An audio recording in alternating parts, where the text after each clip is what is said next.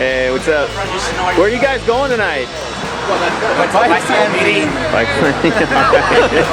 Sir, you realize you're standing in the street on a toy. These are our streets. I got every right to be here and I'm not moving.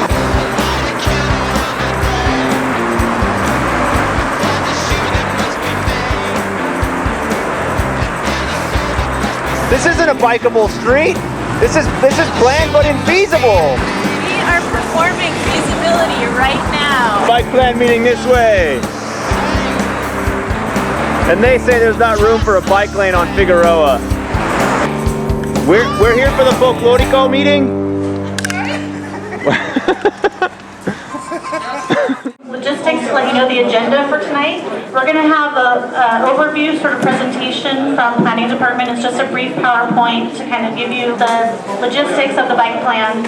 And then we're going to break out into each of the tables. The tables include a section on the policy chapter of the bike plan, the design guidelines, the bikeway network and maps, prioritization and funding, next steps, specific table just for Council District 1 topics, if you have anything pertaining to the district that you want to talk to staff about. The rest of the tables we have staffed by our planning department, our Department of Transportation, and the Council District staff. So if you have any questions, most of us have name tags on, so you'll be able to recognize us. So with that, I'd like to welcome Councilmember Reyes, and we'll get started. Thank you.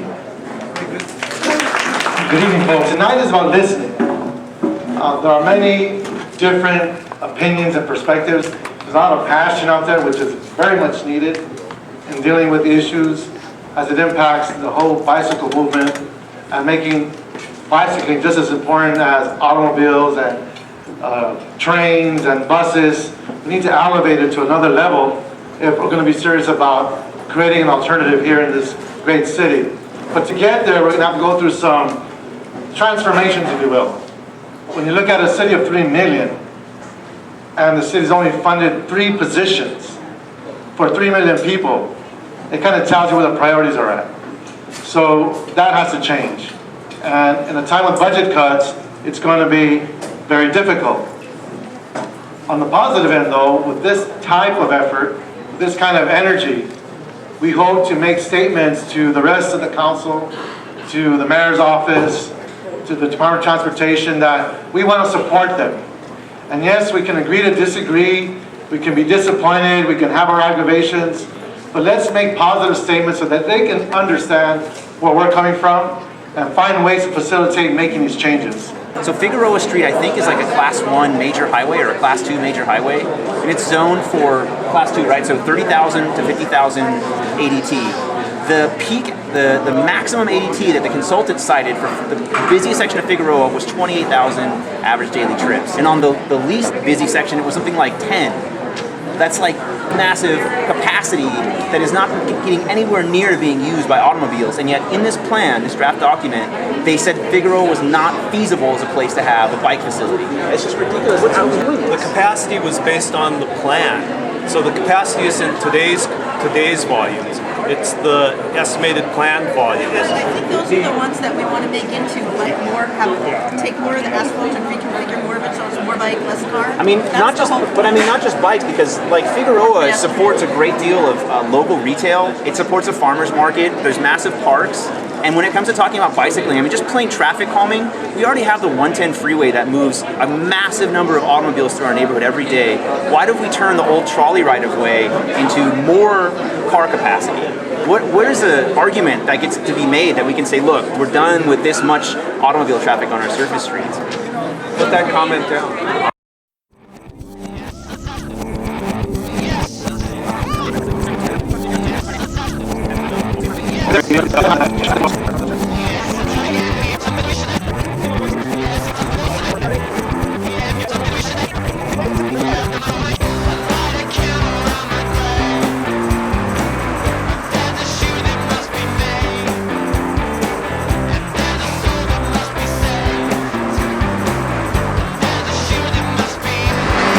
And they say there's not room for a bike lane on Figueroa.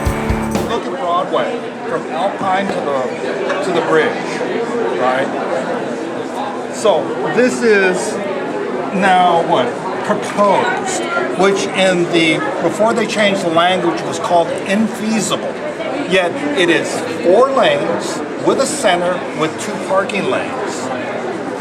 I'm sorry, tell me why that doesn't have bike lanes or at least sharrows. Are there any existing sharrows? I've seen so many pictures of them. In LA, not yet. We're actually just working a little bit more on the scope of work. We're going to do a pilot study with 9 locations. We'll probably get started around the end of the year. That's when the funding gets The pilot study just seems like such a hopeful alternative because it doesn't cost that much. It's just some restriping, and it's a great educational tool to allow bicycles and motors to learn to, share the lane. Yeah. And that's what this workshop is about. It's about getting input from people to see how the plan should be changed. Where should we give that input about chapter 3? Oh, I did. I got it already. Or you can also put it at the chapter 3 station as well.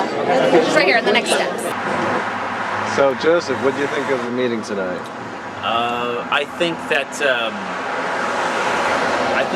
I think this meeting was actually what needed to be done 2 years ago when this bike plan process started, and that they should have been doing this citywide. And I hope that what will happen is that the movement that has grown up opposing this bike plan will mature, and we will request that the plan is turned into this kind of process, that it's repeated in every community in Los Angeles this way, that the staff are open to hearing what people honestly have to say, that we're not talked down to and denigrated and have our opinions ignored, but that we actually are communicating directly with the people who are going to make decisions about the way the streets will be planned.